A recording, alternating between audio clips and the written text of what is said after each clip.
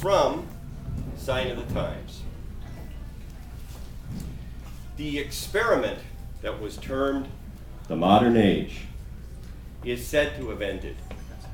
Well, we're past it now, on to something else, something after, something new, something ripe for haiku. Postmodern life echoes off like your profile in parallel mirrors. It has become infinite, a seemingly eternal ever now, in itself and of itself, consubstantial. It is the surface of things that is all that has come to matter. What you see is what you get. The reflective is the real. Appearance is reality. This open space, you there. Now I see you seeing me and you see me seeing you. Hyper-reality. An enigma wrapped up somehow within the seeming paradox of a reality show. It's a sign of the times. Zero consciousness has replaced understanding. Protean in nature, irrationality eclipses the age of reason. In praise of folly, news is now watched as entertainment. Truth substituting for illusion, and no real distinction setting them apart. With Wheel of Fortune following a few brief commercial messages, I change from carpet cleaning ads to reruns of a show about nothing, remotely in control, flickering a heap of broken images, a cornucopia of impressions, perceiving nothing. The great wasteland goes click-clacking ever on before me, offering a myriad of choices and making it impossible to decide, replacing anxiety with consumerist hysteria, angst with continual distraction, ennui with self-referential engagement. Still, there is truth within simulation. Those are real people whose lives are affected by what we see on TV while eating dinner from the microwave. There is a dark side which passeth show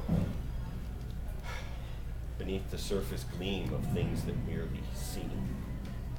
The good news of the end of history masks a hidden truth that Hegel and Marx each sought to ignore. Huxley also was mistaken. Time does not have a stop. Still eyeless in Gaza, Hamas ascendant, appointments in Samarra yet to be fulfilled, the prospect promised by the end of the Cold War, the great dialectic brought into resolution, up Shiite Creek. The wall may well have tumbled down, but reason did not achieve itself in time. Instead, the idols of the tribe, the cave, the marketplace became merely theater. And still, all in all, we remain just as we were, even after the fall, desperately seeking erudition. You see, it may well not be true that the images of things, the signs that we perceive, are only significant to other signs within an arbitrary code.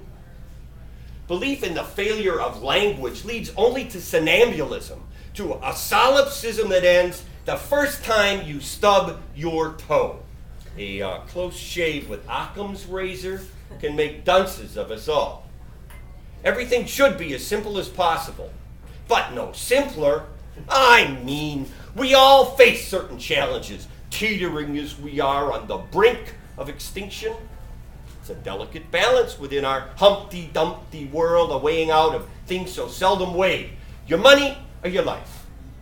The high price that you are willing to pay in the future for the things that you consume today. Still, we wonder, we question, we ask if there isn't something more. With simulation replacing what once was real, the Holocaust Museum has become a destination, a Disneyland of horror, an end within itself.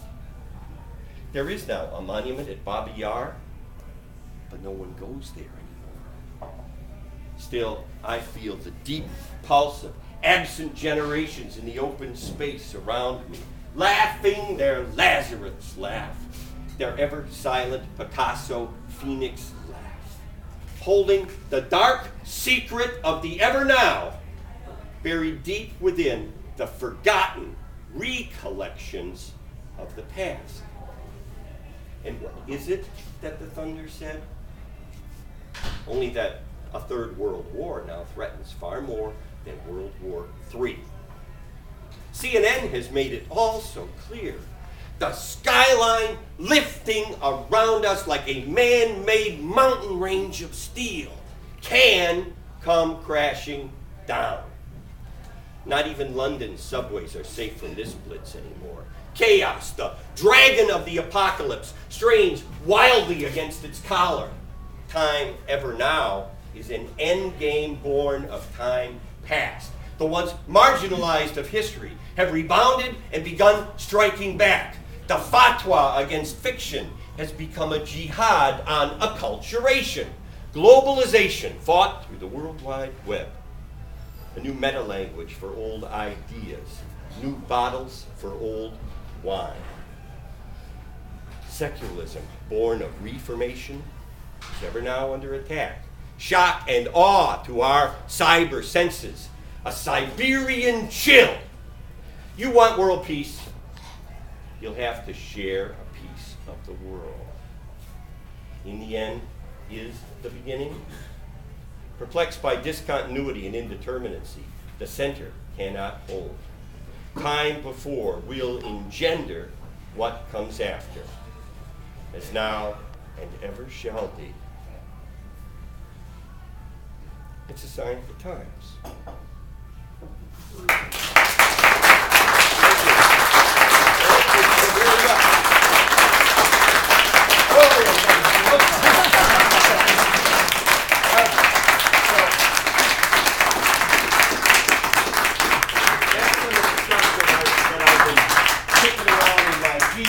In the last couple of years.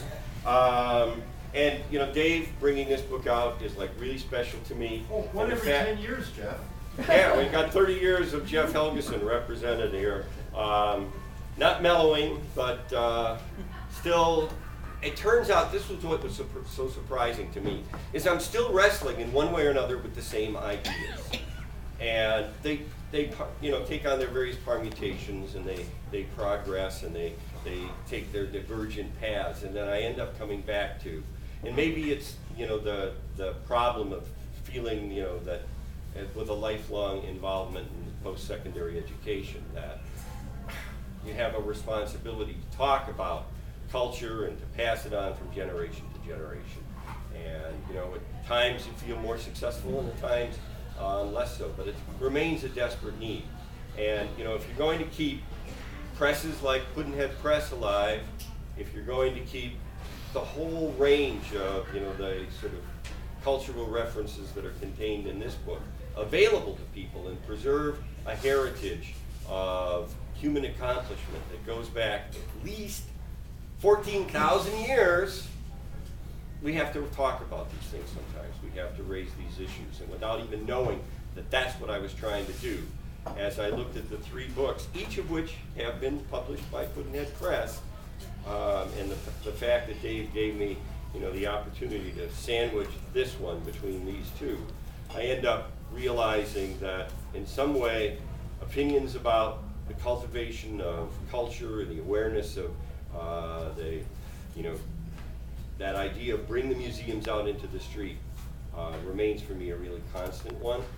And the lack of doing that, or the narrowing down, the impoverishment that can happen given the easy access to things that we have through the screen-based technologies that we embrace and make such good use of. If things stop there, then, you know, we're one generation away from having lost access to all of those things. And so I don't want to pontificate and preach. But you know what? I do. And now you're hearing it. And you're hearing it from me. Okay. Yeah. Bravo. We don't have the room all night, you know. I'm done. Dave Getchick, publisher of Pudd'nhead Press, and very gracious